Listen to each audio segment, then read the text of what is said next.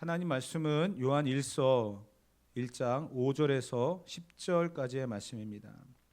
요한 1서 1장 5절에서 10절 다 같이 한 목소리 읽겠습니다. 우리가 그에게서 듣고 너희에게 전하는 소식은 이것이니 곧 하나님은 빛이시라 그에게는 어둠이 조금도 없으시다는 것이니라. 만일 우리가 하나님과 사귐이 있다 하고 어둠에 행하면 거짓말을 하고 진리를 행하지 아니함이거니와 그가 빛 가운데 계신 것 같이 우리도 빛 가운데 행하면 우리가 서로 사귐이 있고 그 아들 예수의 피가 우리를 모든 죄에서 깨끗하게 하실 것이요 만일 우리가 죄가 없다고 말하면 스스로 속이고 또 진리가 우리 속에 있지 아니할 것이요 만일 우리가 우리 죄를 자백하면 그는 미쁘시고 의로우사 우리 죄를 사하시며 우리를 모든 불의에서 깨끗하게 하실 것이요 만일 우리가 범죄하지 아니하였다 하면 하나님을 거짓말하는 이로 만드는 것이니 또한 그의 말씀이 우리 속에 있지 아니하니라. 아멘. 지난 시간에 사귐이라고 하는 그러한 단어와 또 주제를 가지고 말씀을 나눴죠. 사도 요한이 요한 1서를 기록하는 목적은 두 가지입니다. 첫째는 말씀을 통해서 진정한 사귐의 시간을 가져야 된다. 태초부터 있던 생명의 말씀, 그 생명의 말씀 대신 예수님과 더불어 우리는 교제하고 나누며 사귀어야 된다. 그런데 그것은 요한이 말하고 있는 것처럼 눈으로 보고 손으로 만지고 귀로 듣는 그러한 체험이 아니다. 우리는 이 시대를 살아가면서 기록되어 있는 이 말씀을 가지고 교제하며 나누며 살아가야 된다. 이렇게 말씀을 드렸습니다. 또 하나의 이 요한 1서를 쓰는 기록의 목적은 예수 그리스도를 믿고 그분을 통해 주시는 영생을 누려야 된다라는 주제입니다. 믿음으로 인하여 누리게 되어지는 영생이죠. 말씀을 통해 사귀고 그 사귐의 결과는 기쁨인데 예수 그리스도를 믿음으로 말미암아 우리가 구원을 받아서 우리에게 주어지는 것은 영생이라고 하는 것입니다. 모두가 같은 구원을 받고 그 구원의 어떤 그 열매로서의 영생을 꿈꾸며 살아가는데 중요한 것은요, 영생이 어떤 시간의 문제가 아니라는 것을 우리는 알아야 됩니다. 영원하다. 이 영원한 삶에 대해서 많은 사람들이 도전을 했고 또 꿈꿨던 그런 일들도 있었죠. 진시황 같은 경우는 영원히 살고 싶어서 불로초를 찾아다녔습니다. 그러나 죽었어요. 영원히 살고 싶은 것은 사람들의 욕망이지만 그럴 수가 없습니다. 사람은 영원히 살 수 없는 존재예요. 그런데 시간의 문제가 아님을 우리는 분명히 알아야 되는 것이 예수님이 우리와 함께 하느냐 하지 않느냐. 영생이라고 하는 것은 오랫동안 살아간다? 예수님 없이 오래 산다? 무슨 의미가 있겠습니까? 예수님이 나와 함께 하시는 그 영생, 그 영원한 삶이 진정한 축복 아니겠습니까? 예수님이 없는 영원한 시간은요, 오히려 영 버릴 겁니다.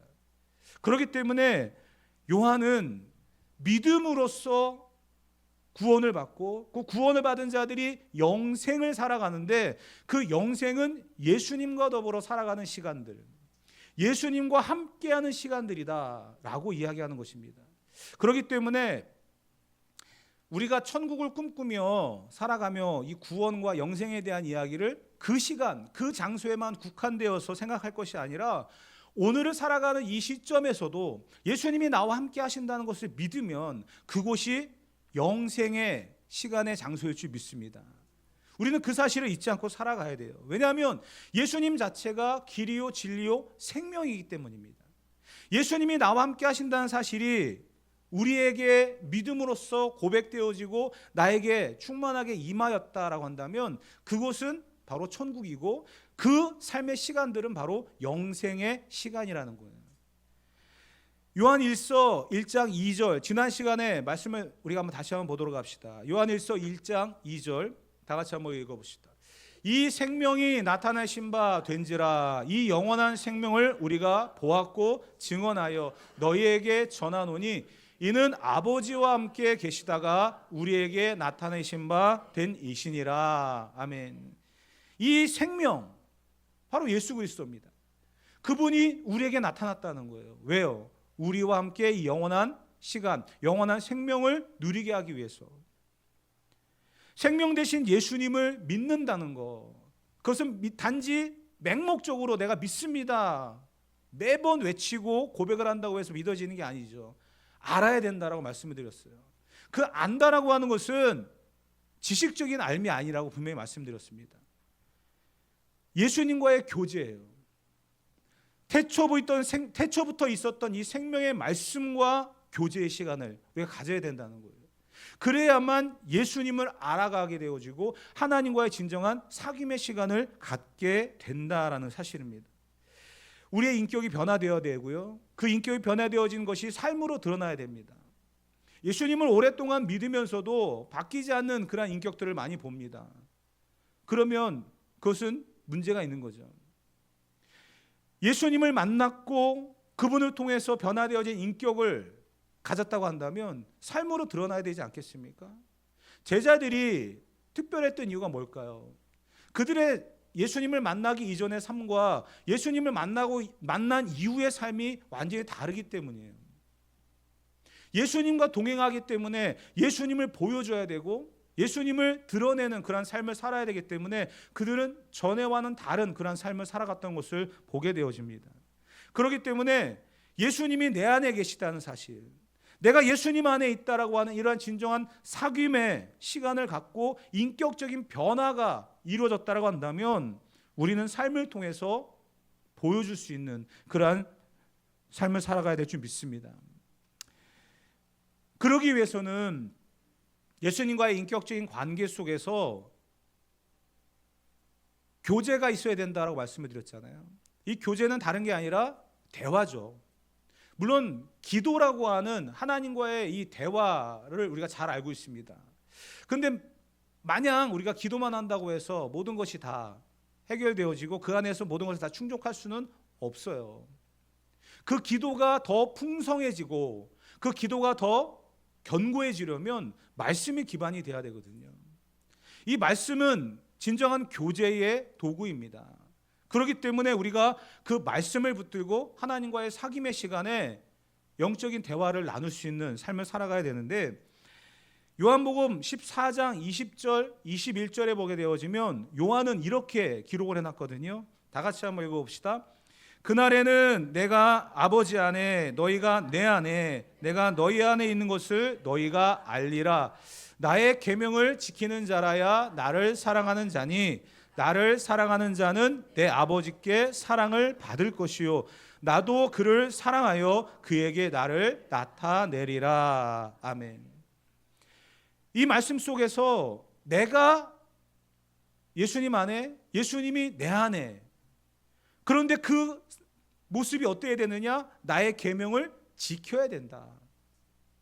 그러면 그것이 예수님을 사랑하는 자로서 드러나게 되어지고 그러한 사람은 아버지께 사랑을 받을 것이다. 이렇게 말씀을 하고 있습니다. 진정한 교제가 이루어지는 거예요. 진정한 사귐의 역사가 일어난다는 사실입니다. 그의 계명을 지킨다라고 하는 것은 그를 사랑하기 때문에 나타나는 증거 아니겠습니까? 사랑하는 연인들이 서로의 어떤 그 기준을 만들죠. 원칙을 만듭니다. 그리고서 그 관계를 더 돈독하게 하기 위해서 살아가죠. 그러다 그것을 하나를 어기게 되면 뭐 이제 싸우고 다투고 심지어 헤어지기도 하고 막 이러는 일을 보죠. 근데 내가 원하지 않는 것이 조건에 드러날 때도 있어요. 근데도 왜 그것을 들어줄까요? 사랑하기 때문이에요. 예수님이 내 안에 계시고 예수님 안에 내가 있고 사랑하는 관계 속에서 그의 계명을 지키며 살아간다. 그 사랑의 모습을 보시고 아버지께서도 나를 사랑해 하신다라는 이 말씀, 우리는 이것을 머리로만 아는 게 아니라 온몸으로 느끼며 살아가야 될 줄 믿습니다. 사귐이라고 하는 것은 그래서 이렇게 예수님과의 직접적인 어떤 교제를 통해서 관계를 통해서 알아간다는 것이거든요. 믿는다라고 하는 것과 아는 것이 그래서 다른 이야기가 아닙니다. 사도 바울은 에베소서 4장 13절에 보게 되어지면 믿는 것과 아는 것이 하나가 되어야 된다라고 말하고 있어요. 그만큼 초대교회의 사도들이나 가르치는 지도자들은 이 믿음과 아는 교제의 이 중요성을 인식하고 있었다는 거고요. 그 믿음이 맹목적이지 않기를 바라고, 그 믿음이 결국은 하나님과의 진정한 사귐, 그의 말씀을 지키며 계명을 지키며 사랑하는 결과로 열매를 맺기를 원했다는 거예요. 저와 여러분들의 삶도 마찬가지입니다. 믿음이라고 하는 것은 상대방에 대해서 알아가는 것, 관계적인 그러한 문제도 있지만 상대방에 대한 신뢰성도 중요한 거거든요. 그 신뢰라고 하는 것은 상대방을 알지 못하면 가질 수 없는 마음이에요. 결국 상대방을 믿고 신뢰할 때에 그 가운데 드러나는 것은 기쁨입니다. 다 연결되어지는 거거든요. 지난 시간의 마지막이 뭐였습니까? 너희의 기쁨이 충만하길 원한다. 하나님과의 사귐의 결과로서 이러한 기쁨이 충만하길 원한다. 하나님과의 사귐이 하나님을 신뢰하기 때문에 나타나는 기쁨의 결과, 그러한 열매들을 맺는 그러한 삶이 되어져야 된다는 것을 우리에게 말씀을 하고 있습니다. 왜 예수님이 하나님과 사귐에 있어서 가장 중요한 역할을 하고 계실까요? 우리는 아담 이후로 죄인이라는 그런 삶을 살아가고 있습니다. 죄인은 하나님 앞에 나아갈 수 없습니다. 죄의 결과도 사망입니다. 거룩하신 하나님 앞에 나아갈 수 없는 우리에게 하나님과 너무나 멀리 떨어져 있는 그 골짜기, 죄의 골짜기가 형성되어졌습니다. 그 골짜기를 연결하는 다리 역할을 하시는 분이 바로 예수님이고요. 그 십자가로 인해서 하나님과 우리를 연결하셨다는 거예요. 그래서 하나님과 사귐에 있어서 예수님의 역할은 굉장히 중요하고요. 그 예수님 때문에 우리가 하나님 앞에 나아갈 수 있다는 사실을 우리는 분명히 잊어서는 안 될 것입니다. 왜냐하면 우리는 아무런 자격이 없는 사람들이기 때문이에요.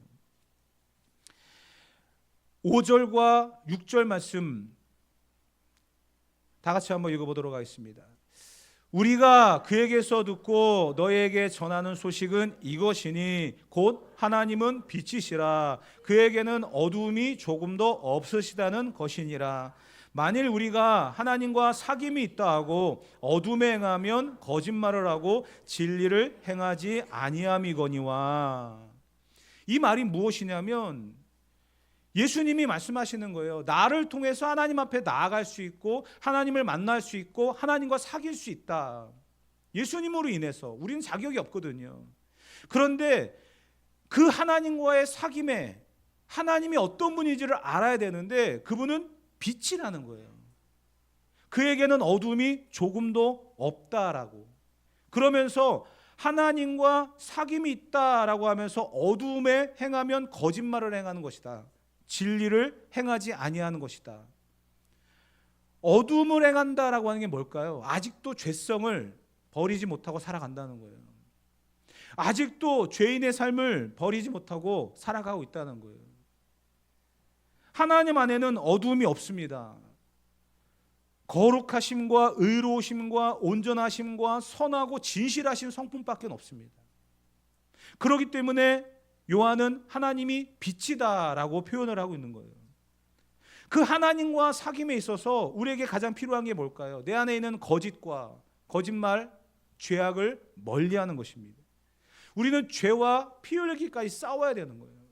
그렇기 때문에 하나님과 사귐에 있어서 우리가 가장 먼저 가져야 될 마음의 가짐이 있다고 한다면 내 안에 있는 죄성이 하나님 앞에 나아가는 데 있어서 방해가 된다는 사실을 몸부림치면서 뿌리칠 수 있는 그런 결단이 있어야 된다는 거예요.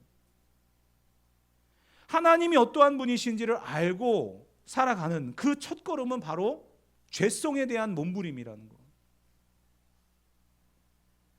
그런데 우리는 스스로 이 죄를 깨끗하게 할 수 있는 능력이 없습니다.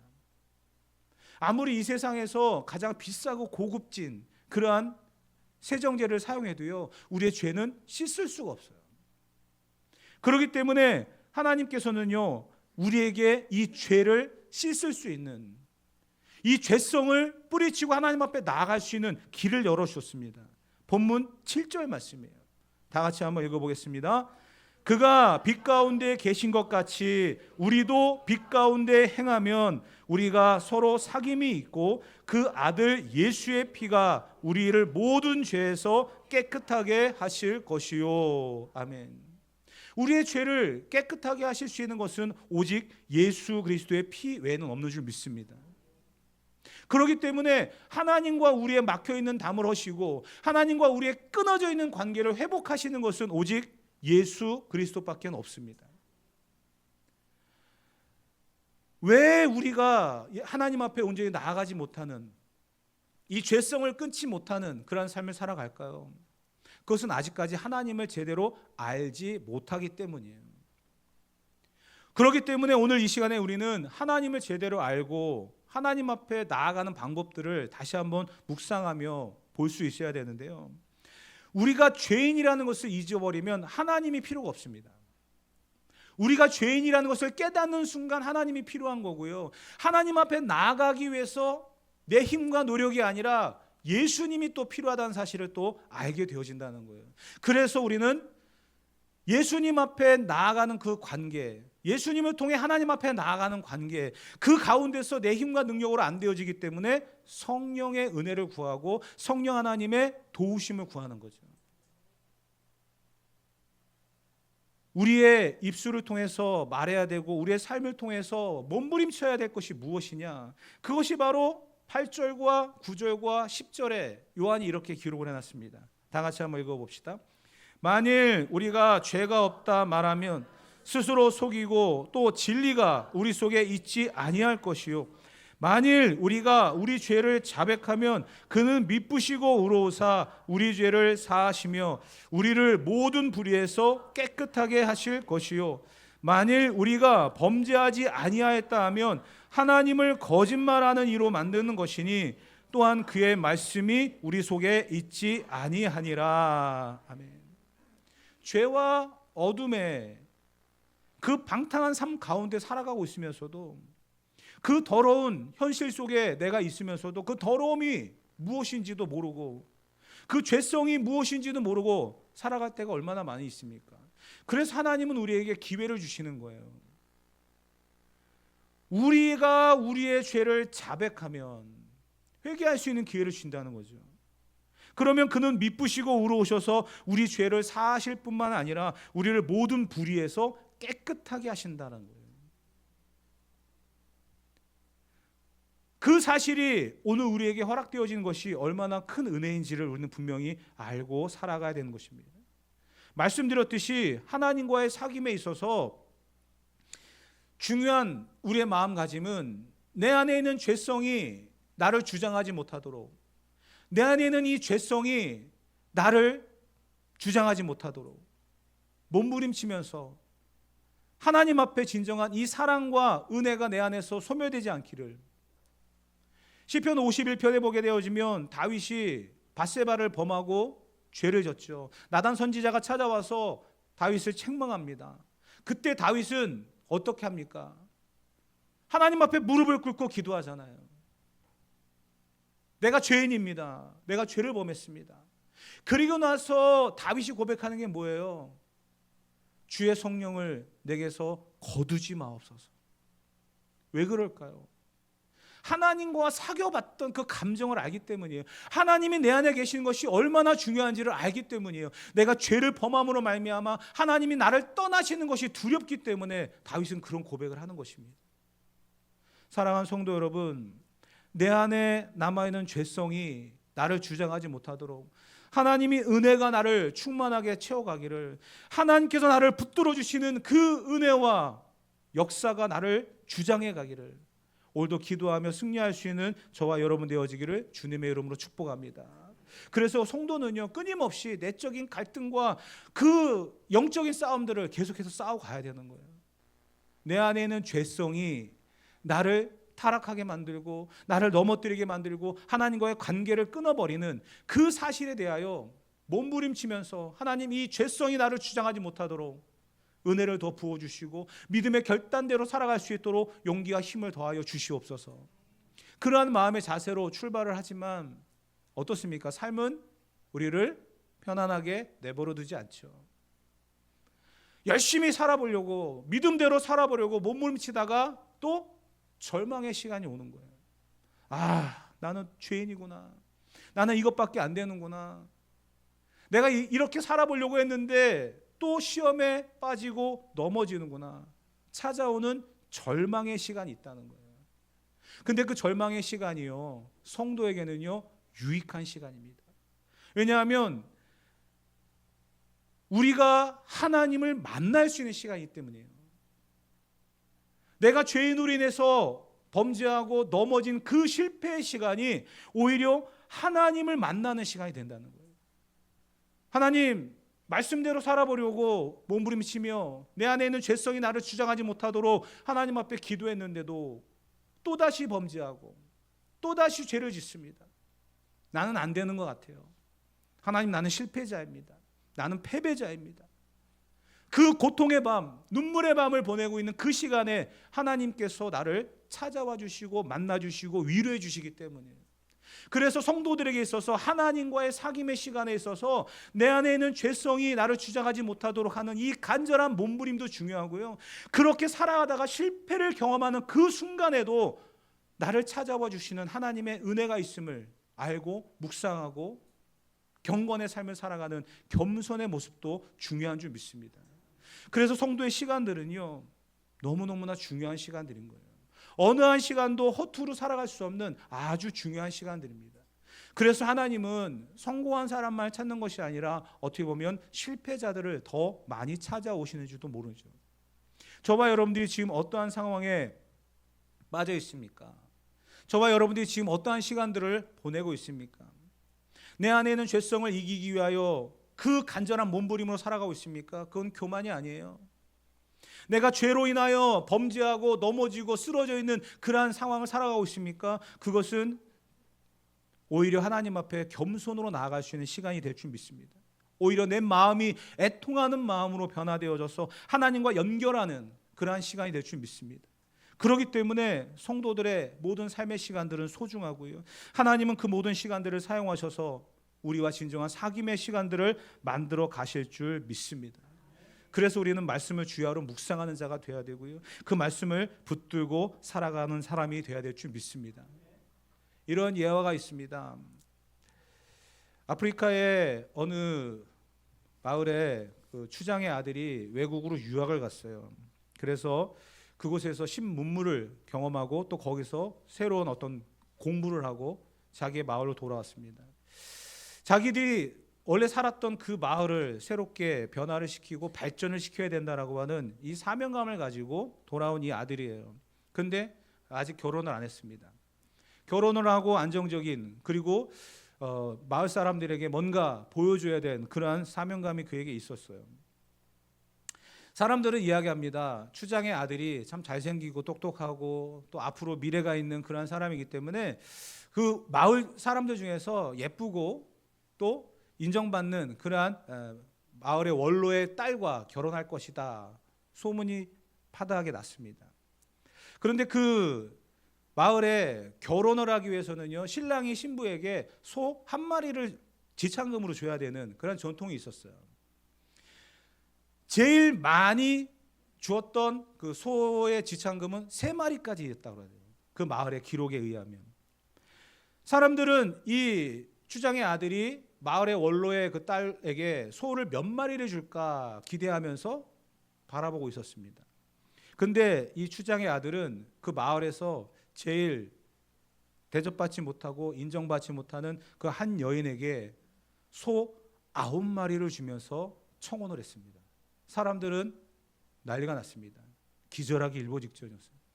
지금까지 기록은 소 3마리였는데 9마리를 주면서 그 마을에서 가장 멸시받고 천대받는 그 여인, 못생겨가지고 사람들한테 맨날 놀림받았던 그 여인에게 결혼 지참금으로 소 9마리를 준 거예요. 그리고 결혼을 했어요. 어떤 일이 벌어졌을까요? 그 여인이 변화되기 시작했다는 거예요. 말과 행동과 모습이 바뀌기 시작했습니다. 사람들은 이래서 추장의 아들이 소 9마리를 주고 이 여인과 결혼을 했구나. 마치 흙 속에 감춰져 있던 보석이 발견되어졌고 다듬어져서 빛이 나는구나. 이렇게까지 표현을 했다는 거예요. 사람들이 나중에 이 여인에게 또 물어보았습니다.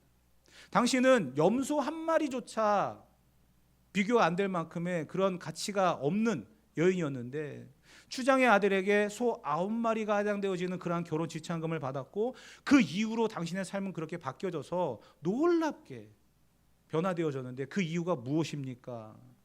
이 여인이 이렇게 이야기를 했어요. 자기를 인정해 준 그 사람에게 맞추며 살아가는 것이 내가 앞으로 살아가야 될 방향이다라고 결단을 했습니다. 그리고서 하나하나씩 바꿔가기 시작했고 그리고 그렇게 살아온 결과입니다. 사랑하는 성도 여러분, 우리의 가치는요 죄인이기 때문에 어느 것과도 비교할 수 없습니다. 염소 한 마리만도 못할 겁니다.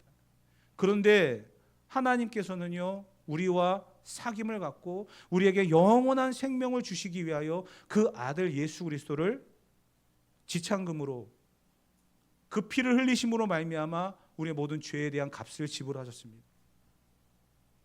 우리는요 그 나를 사랑하시는, 나를 인정해 주시는 그 하나님과의 사귐의 시간을 통해서 우리의 가치를 끌어올려야 되고요, 우리의 삶의 질을 변화시켜 가야 될 줄 믿습니다.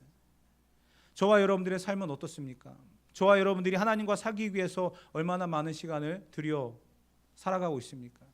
오늘 저와 여러분들이 시간의, 삶의 모든 부분들을 하나님 앞에 맞추며 살아갈 수 있어지기를 주님의 이름으로 축복합니다. 저와 여러분들과 사귀기 위해서 그 높고 귀한 그 보좌를 버리시고 낮고 천한 이 땅에 오셔서 인간의 몸으로 십자가를 지며 보혈을 흘리셨던 그 예수님의 그 희생이 있기에 우리는 하나님과 사귈 수 있는 그러한 시간을 갖게 된 줄 믿습니다. 오늘 저와 여러분들에게 이러한 은혜를 베풀어 주신 그 하나님과의 진정한 사귐의 시간을 가지며 이 한 주간도 내 안에 있는 죄성을 인하여 몸부림치며 때로는 그것을 감당하기 위해서 실패하고 넘어지더라도 다시금 위로하시고 힘을 주셔서 하나님과 온전한 교제로 영원한 생명, 구원의 길을 걸어갈 수 있도록 도우시는 하나님의 은혜로 살아갈 수 있는 저와 여러분 되어지기를 주님의 이름으로 축복합니다.